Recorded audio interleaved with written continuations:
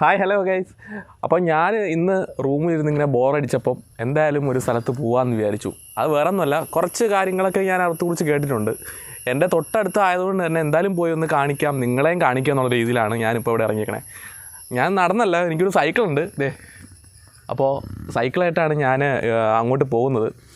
വേറൊരു സ്ഥലമല്ല, ഒരു വലിയൊരു കുളമാണ്. ഞാൻ കണ്ടിട്ടൊന്നുമില്ല, ഞാൻ ജസ്റ്റ് ഗൂഗിൾ മാപ്പിൽ സൂം ചെയ്ത് നോക്കിയായിരുന്നു. സൂം ചെയ്ത് നോക്കിയപ്പോൾ ആ സ്ഥലത്ത് പോയി ഒന്ന് അതിനെക്കുറിച്ച് അറിയാം, അതിനെക്കുറിച്ച് നിങ്ങൾക്കും കൂടെ കാണിച്ചു തരാമെന്ന് വിചാരിച്ചു.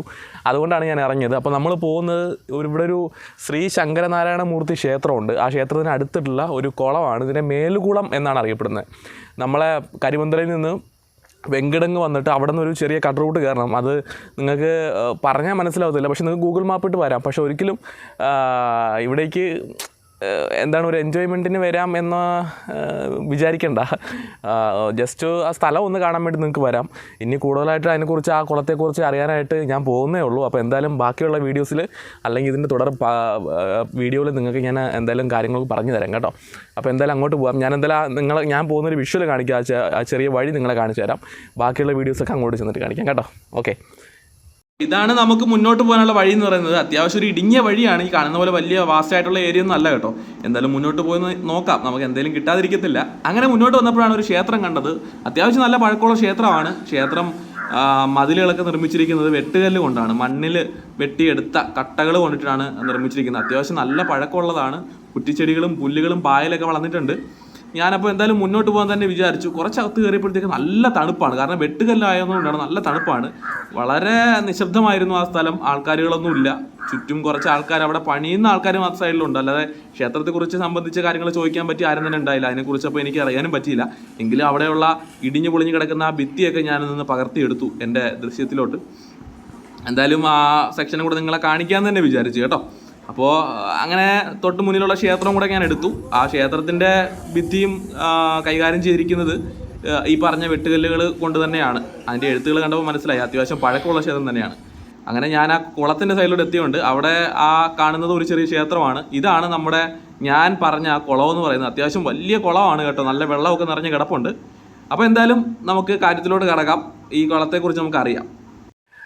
അപ്പോൾ കൂട്ടുകാരെ, ഞാനിപ്പോൾ നിൽക്കുന്നത് ആ കുളത്തിൻ്റെ മുന്നിലാണ് കേട്ടോ. കുളം എന്ന് പറഞ്ഞു കഴിഞ്ഞാൽ വെറും ഒരു കുളം എന്ന് പറഞ്ഞ് നമുക്ക് തീർക്കാനായിട്ട് പറ്റില്ല. കാരണം ഈ കുളത്തിന് പുറകെ ഒരുപാട് കാര്യങ്ങൾ നിങ്ങൾക്ക് പറയാനുണ്ട്. ഒരുപാട് കാര്യങ്ങൾ എനിക്ക് നിങ്ങളോട് പറഞ്ഞു തരാനുണ്ട്. അപ്പോൾ ഞാൻ ഈ വരുന്ന വഴി വന്നിട്ട് ഇവിടെ കുറേ ആൾക്കാരൊക്കെ നോക്കി ഇതിനെക്കുറിച്ച് എന്തെങ്കിലുമൊക്കെ പറഞ്ഞു തരാൻ പറ്റുന്ന ആൾക്കാരുണ്ടോ എന്നുള്ളത്. പക്ഷേ ആരെയും കണ്ടില്ല. ഞാൻ ഇത്രയും സമയം ഈ ഒരു മരത്തിൻ്റെ മൂട്ടിൽ ഇവിടെ ഇരിക്കുമായിരുന്നു. ഇതൊരു ആൽത്തറയാണെന്ന് തോന്നുന്നു. ആലല്ല, ആൽമരമാണ്. അല്ല, ആൽമരമൊന്നുമല്ല. ഒരു ആൽത്തറയിൽ വിളക്ക് കത്തിക്കുന്ന കല്ലൊക്കെ ഉണ്ട്. ഞാനിനി സൈഡിൽ കയറി ഇങ്ങനെ ഇരിക്കുമായിരുന്നു. കുറച്ച് സമയം ഇങ്ങനെ വെറുതെ ഇരിക്കുമായിരുന്നു. തൊട്ടടുത്തൊരു ക്ഷേത്രമുണ്ട്. ക്ഷേത്രം എന്ന് പറഞ്ഞൊരു ചെറിയ ധർമ്മശാസ്ത്ര ക്ഷേത്രമാണ്, അയ്യപ്പൻ്റെയാണ്. അതുപോലെ തന്നെ എൻ്റെ പുറക് സൈഡിലായിട്ടൊരു ക്ഷേത്രം നിങ്ങൾക്ക് അവിടെയും കാണാൻ പറ്റും. ഈ ക്ഷേത്രങ്ങളൊക്കെ എന്ന് പറയുന്നത് സെപ്പറേറ്റ് ക്ഷേത്രങ്ങൾ ആയിട്ട് ഇരിക്കണമെന്നേ ഉള്ളൂ, പക്ഷെ എല്ലാം കണക്റ്റഡാണ്. ഞാൻ ഇതിന് മുന്നേ വരുന്ന വഴിക്ക് ഒരു ക്ഷേത്രം കണ്ടായിരുന്നു. അതിൻ്റെ വീഡിയോ ഞാനിത് കാണിക്കുന്നുണ്ട്. അപ്പോൾ അതെന്ന് പറയുന്നത് വളരെ കാണുമ്പോൾ തന്നെ വളരെ പുരാതനമായിട്ടുള്ള ഒരു ക്ഷേത്രമാണ്. ആകെ മതിൽക്കെട്ടൊക്കെ ഇടിഞ്ഞു പൊളിഞ്ഞ് കിടക്കുന്നൊരവസ്ഥ. പക്ഷേ ആ മതിലുകൾ നിർമ്മിച്ചിരിക്കുന്നത് മൺകട്ട കൊണ്ടിട്ടാണ്. അപ്പോൾ ഞാനത് നോക്കി, അതിൻ്റെ പുറത്ത് ഒരുപാട് ചെടികളൊക്കെ വളർന്ന് നിൽക്കുന്നു, ചെറിയ ചെറിയ മരങ്ങളൊക്കെ വളർന്ന് നിൽക്കുന്നു. അപ്പം എന്തെങ്കിലും ഒരു ഐതിഹ്യം ഉണ്ടാവുമല്ലോ എന്ന് വിചാരിച്ചിട്ട് ഞാൻ അവിടെ പോയിട്ട് അതിനെക്കുറിച്ച് അന്വേഷിക്കാൻ വേണ്ടി നോക്കി. പക്ഷേ അവിടെ അതിനെക്കുറിച്ച് അറിയാമെന്നുള്ള ആരുമില്ല. അവിടെ കുറച്ച് പണിക്കാർ ഇവിടെ നിന്ന് ഈ തമിഴ്നാട് ഭാഗത്ത് നിന്ന് വരുന്ന കുറച്ച് ആൾക്കാർ മാത്രം പണി എടുത്തുകൊണ്ട് നിൽക്കുന്നു. അപ്പോൾ അവരോടൊക്കെ ചോദിച്ചു. അവർ പറഞ്ഞു, നമുക്കറിയില്ല മോനെ, അതിവിടെയുള്ള പൂജാരിയോട് ചോദിക്കണമെന്ന് പറഞ്ഞു. അപ്പോൾ ഞാൻ ചോദിച്ചു, പൂജാരി എവിടെയാണ്? എന്നാൽ പൂജാരിയോട് കാര്യം ചോദിക്കാം. പൂജാരിയുടെ വീട് അവിടെയാണെന്ന് പറഞ്ഞു. ഞാൻ അപ്പോൾ തന്നെ ഇറങ്ങിപ്പോയി. അവിടെ ആരും ഉണ്ടായില്ല, വീടൊക്കെ അടച്ചിട്ടിരിക്കുക.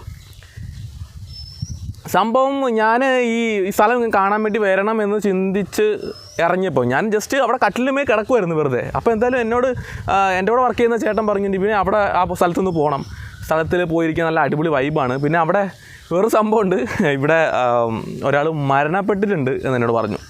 അപ്പോൾ മരണപ്പെട്ടത് എങ്ങനെ വൈബാവും എന്ന് ചിന്തിക്കുന്നുണ്ടായിരിക്കും. അങ്ങനെയല്ല, പക്ഷേ അടിപൊളി സ്ഥലമാണ് കേട്ടോ. സത്യം പറഞ്ഞാൽ വന്നിരിക്കാനൊക്കെ ജസ്റ്റ് നമുക്ക് ഇങ്ങനെ എന്തെങ്കിലും കാര്യങ്ങളൊക്കെ ആലോചിച്ചുകൊണ്ടിരിക്കുകയാണോ ഫ്രണ്ട്സൊക്കെ കൂടിയിട്ട് വന്നിരിക്കാനൊക്കെ പറ്റിയ സ്ഥലമാണ്. പക്ഷേ ഒരു കാരണം വെച്ചാൽ ഇവിടെ ഇറങ്ങി കുളിക്കരുതെന്നേ ഞാൻ പറയത്തുള്ളൂ. കാരണം അത് ഞാൻ ഒരുപാട് ഇപ്പം കാര്യങ്ങൾ കേട്ടു. ഞാൻ അങ്ങനെ വെയിറ്റ് ചെയ്തിരിക്കുന്ന സമയം പഴയ പറഞ്ഞ് നിർത്തിയെടുത്ത് പോവാം. ഞാനങ്ങനെ ഈ ആൽത്തറയുടെ അവിടെ വെയിറ്റ് ചെയ്തിരിക്കുന്ന സമയം ഒരു പയ്യൻ ഇങ്ങനെ നടന്നു വരുന്നുണ്ടായി. അപ്പോൾ ഞാൻ അവരോട് ചോദിച്ചു ബ്രോ ഇവിടെ ഉള്ളതാണോ? അപ്പോൾ പറഞ്ഞു അതെ ഞാനിവിടെ ഉള്ളതാണ്. അപ്പോൾ ഞാൻ പറഞ്ഞു ഈ കുളത്തെക്കുറിച്ച് എന്താണ് ബ്രോയ്ക്ക് പറയാനുള്ളത്? ഇവിടെ താമസിക്കുന്ന ആളല്ലേ, അപ്പം എന്തെങ്കിലുമൊക്കെ കാര്യങ്ങൾ അറിയാമായിരിക്കുമല്ലോ എന്ന് പറഞ്ഞുതരാൻ പറഞ്ഞു. കേട്ടപാടെ ഞാൻ അവിടെ ഇരുന്നിട്ട് എന്ന് വെച്ച് കഴിഞ്ഞാൽ എന്തോ പോലെ ആയിപ്പോയി കേട്ടോ മൈൻഡ്. കാരണം ഇങ്ങനെയുള്ളൊരു സ്ഥലത്ത് ഞാൻ എന്തിനാ വന്നേ എന്ന് തന്നെ ഞാൻ ചിന്തിച്ചു പോയി. കാരണം ആ പയ്യൻ പറഞ്ഞു ഇവിടെ അങ്ങനെ ഈ സമയത്ത് ഇവിടെ ആരും വന്നിരിക്കാറില്ല ഈ സമയത്ത്, കാരണം അത്ര നല്ല സ്ഥലമല്ല എന്നുള്ളത് തന്നെയാണ്. അപ്പോൾ ഈ സമയത്ത് ഞാൻ അവിടെ നിൽക്കുന്നുണ്ട്. ഏകദേശം 2 മണി, അതെ 2 മണി 2:15 കഴിഞ്ഞ സമയമാണ്. ഞാനിവിടെ വന്ന് നിൽക്കുന്നുണ്ട്. ഇങ്ങനെയൊക്കെ വന്ന് ആരും നിൽക്കാറില്ല എന്ന് അവൻ പറഞ്ഞു. അപ്പോൾ അവനൊക്കെ വന്നിരിക്കാറുണ്ട്, അവൻ്റെ ഫ്രണ്ട്സൊക്കെ കൂടിയിട്ട് വന്ന് ഇവിടെ ഇരിക്കാറുണ്ടെന്നുള്ള ആരും പറഞ്ഞു എന്നോട്.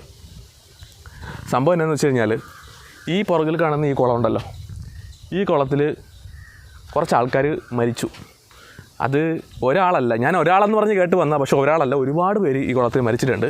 നമ്മളീ കാണുന്ന കുളത്തിൻ്റെ ആ അങ്ങേ മൂലയ്ക്കായിട്ട് വലിയൊരു കുളമുണ്ട്.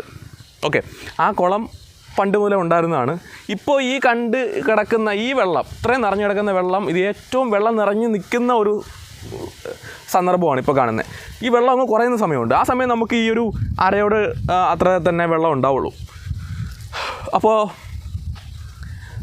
ഇപ്പോൾ റീസെൻ്റായിട്ട് ഒരു 6 മാസത്തിനിടയിൽ, 6 മാസം ആയിട്ടുള്ളൂ, ഈ റീസെൻ്റായിട്ട് ഒരാൾ മരണപ്പെട്ടു. അയാളൊരു അന്യദേശ സംസ്ഥാന തൊഴിലാളിയായിരുന്നു. അപ്പോൾ അയാൾ കുളിക്കുന്നതിനിടയ്ക്ക് വന്ന് മരണപ്പെട്ടെന്നാണ് പറഞ്ഞത്. അദ്ദേഹത്തിൻ്റെ ശവശരീരം കിട്ടിയത് ഏകദേശം 3-4 ദിവസം കഴിഞ്ഞിട്ടാണ് ഇവിടെ നിന്ന് കിട്ടിയത്. പിന്നെ വേറൊരു സംഭവം നിങ്ങൾ കേൾക്കേണ്ട കാര്യം എന്ന് വെച്ച് കഴിഞ്ഞാൽ, ഞാൻ അത് കേട്ടപ്പോൾ വീണ്ടും ഞെട്ടി. അതെന്താണെന്ന് വെച്ച് കഴിഞ്ഞാൽ, ഇവിടെ നമ്മൾ മുന്നേ കേട്ടൊരു വാർത്തയാണ്, ഈ രാത്രി കാലങ്ങളിൽ ഈ ബ്ലാക്ക് ബാൻഡൊക്കെ ശല്യം ഉണ്ടെന്നല്ലേ.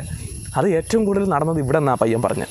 ഈ ഭാഗത്ത്, ഞാൻ നിൽക്കണ ഈ ഭാഗത്ത്, ഈ ഒരു ഏരിയ, അതായത് ഇവിടെയുള്ള ചുറ്റുപാട് ഈ വീടുകളിലൊക്കെ അങ്ങനെ വളരെ വിഷയങ്ങളുണ്ടാകുന്ന സ്ഥലമാണ്.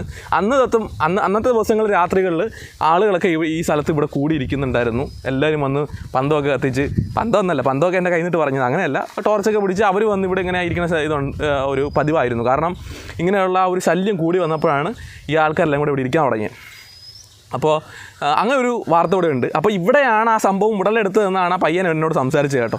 അപ്പോൾ അത് പറഞ്ഞപ്പോൾ ഞാൻ കേട്ടി. ഞാൻ തിരുവനന്തപുരത്ത് എൻ്റെ വീട്ടിൽ നിന്ന് കേട്ട കാര്യമാണ്. അപ്പോൾ ആ സ്ഥലത്താണ് ഞാൻ നിൽക്കണതെന്ന് ആലോചിക്കുമ്പം എനിക്ക് വീണ്ടും, അപ്പം എല്ലാം കൊണ്ടും ഈ സ്ഥലത്ത് ആൾക്കാർ വരാറില്ല ഈ സമയങ്ങളിൽ പ്രത്യേകിച്ച്. പിന്നെ വൈകുന്നേര സമയങ്ങളിൽ ആരും അങ്ങനെ കുളിക്കാറില്ല.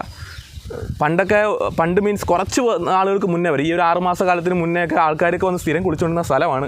പക്ഷേ ഇന്ന് ഇവിടെ ആരും വന്ന് കുളിക്കാറില്ല. അതുകൊണ്ടാണ് എൻ്റെ വായിന്ന് അറിയാതെ വീണതാണ് ഞാൻ അങ്ങോട്ട് വന്നപ്പം. നിങ്ങൾക്ക് വലിയ വൈബൊന്നും ഉള്ള ആസ്വദിക്കാൻ അല്ലെങ്കിൽ അങ്ങനെ ഇരിക്കാൻ പറ്റിയ സ്ഥലമൊന്നും അല്ല എന്ന് വാ കൊണ്ട് പറഞ്ഞു പോയത്. പക്ഷേ സത്യം അത് തന്നെയാണ്. ഞാൻ തീർച്ചയായിട്ടും നിങ്ങൾ പറയുകയാണെങ്കിൽ ഇവിടെ വരല്ലെന്നേ പറയുള്ളൂ. എന്തായാലും എൻ്റെ ഈ ഒരു വീഡിയോയിലൂടെ നിങ്ങൾക്ക് ഈ ഒരു സ്ഥലം മനസ്സിലാക്കി തരിക എന്നുള്ളത് മാത്രമേ ഉള്ളൂ. മലബാർ ദേവസ്വം ബോർഡിൻ്റെ ക്ഷേത്ര സംരക്ഷണതയിലുള്ള ഒരു കുളമാണ് ഈ കുളം. അപ്പോൾ തീർച്ചയായിട്ടും ഞാൻ ഈ സ്ഥലം കാണിച്ചെന്ന് പറഞ്ഞാൽ നിങ്ങളാരും ഇവിടെ വരണ്ട കേട്ടോ, വരണ്ടെന്ന് തന്നെ പറയുള്ളൂ. പിന്നെ ആ പയ്യൻ പറഞ്ഞ വേറൊരു കാര്യം എന്ന് പറഞ്ഞു കഴിഞ്ഞാൽ, അത്രയ്ക്ക് ധൈര്യമുള്ള ആൾക്കാർ മാത്രമേ ഇവിടെ വന്നിരിക്കാറുള്ളൂ എന്നുള്ളതാണ്. അപ്പോൾ എന്തായാലും അങ്ങനെ വലിയ ധൈര്യം കാണിക്കാനൊന്നും ആരും പോകണ്ട. ഇവിടെ ഒന്നും അങ്ങനെ ഇരിക്കാൻ വേണ്ട. വെള്ളത്തിൽ ദയവ് ചെയ്ത് ഇറങ്ങരുത്. ആരും ഈ വെള്ളത്തിൽ ഇറങ്ങി കുളിക്കുകയോ ഒന്നും ചെയ്യരുത്. പിന്നെ ഇതിനകത്ത് ഒരുപാട് മീനുണ്ടെന്ന് ഈ ബോർഡ് ഇവിടെ എഴുതി വെച്ചിട്ടുണ്ട്.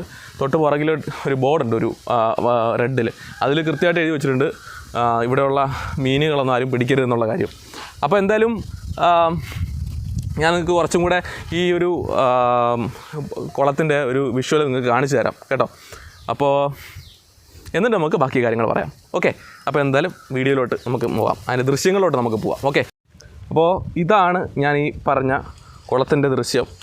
ചെറിയ കൽപ്പടവുകളുണ്ട് ഇങ്ങനെ ഇറങ്ങിപ്പോകാനായിട്ട്. ഈ സൈഡിൽ കുറച്ച് മീനുകളൊക്കെ നമുക്ക് കൂടി ഇങ്ങനെ നിൽക്കുന്ന കാണാം. മീനിൻ്റെ കുഞ്ഞുങ്ങൾ നമുക്ക് നിൽക്കുന്നത് കാണാൻ പറ്റും. ഈ കുളം ഏറ്റവും വെള്ളം കയറി കിടക്കുന്നൊരവസ്ഥയിലാണ് ഇപ്പോൾ നിലവിലുള്ളത്. കണ്ടോ? അപ്പോൾ ഞാൻ അവിടെ ഇത്രയും സമയമായിട്ട് ഞാൻ ഇവിടെ വന്ന് നോക്കിയിട്ടില്ലായിരുന്നു. ഈ ഒരു പടവുകളൊന്നും ഞാൻ കണ്ടില്ല. നിങ്ങളെ ഞാനും ആദ്യമായിട്ട് കാണുന്നത് ഇപ്പോൾ.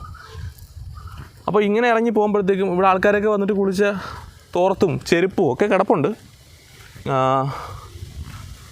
ഇതൊക്കെ എനിക്ക് തോന്നുന്നു ഈ പടവിനെ മറയ്ക്കുന്ന ഒരു മതിലാണ്. ഇതുപോലുള്ള കല്ല് കൊണ്ടാണ് ഞാൻ ആ ക്ഷേത്രം അവിടെ കെട്ടിയിരുന്നത്. അതിൽ കാണാൻ പറ്റും. അവിടെ ഒരു കല്ല് കിടപ്പുണ്ട്, അലക്കാൻ വേണ്ടിയിട്ടുള്ള കല്ലാണ്. നമുക്ക് ഇവിടെ നിന്ന് നോക്കിക്കഴിഞ്ഞാൽ 1-2 സ്റ്റെപ്പ് നമുക്ക് കാണാനായിട്ട് സാധിക്കും. ഞാൻ കുറച്ചും കൂടെ വ്യക്തമാക്കി തരാം. ഇവിടെ നിന്ന് നോക്കിക്കഴിഞ്ഞാൽ നിങ്ങൾക്ക് 1-2 സ്റ്റെപ്പുകൾ നിങ്ങൾക്ക് വ്യക്തമായിട്ട് കാണാൻ പറ്റും. പക്ഷേ അങ്ങോട്ട് നമുക്ക് കാണാൻ ഒക്കുന്നില്ല. ഞാൻ ചോദിച്ചു എത്രത്തോളം ആഴമുണ്ട് ഈ സ്ഥലത്തിനെന്ന് ചോദിച്ചു. അപ്പോൾ പറഞ്ഞു ഭയങ്കര ആഴമെന്നാണ് പറഞ്ഞേക്കണേ. ഒരു രക്ഷയില്ല, ഭയങ്കര ആഴമെന്ന് തന്നെയാണ് പറഞ്ഞേക്കണേ. അപ്പോൾ ഈ സ്ഥലം എന്തായാലും നിങ്ങളെ കാണിക്കാൻ പറ്റിയതിൽ എനിക്ക് വളരെ സന്തോഷമേ ഉള്ളൂ. കാരണം നിങ്ങൾക്ക് ഇവിടെ വന്ന് കാണാൻ പറ്റുമോ എന്നുള്ള കാര്യമൊന്നും എനിക്കറിയില്ല. പക്ഷേ ഇങ്ങനെയുള്ളൊരു കുളമുള്ള കാര്യം നിങ്ങളെന്തായാലും ഞാൻ കാണിക്കാൻ വേണ്ടിയിട്ട് വന്നത് നന്നായി എന്ന് തന്നെ പറയുള്ളൂ.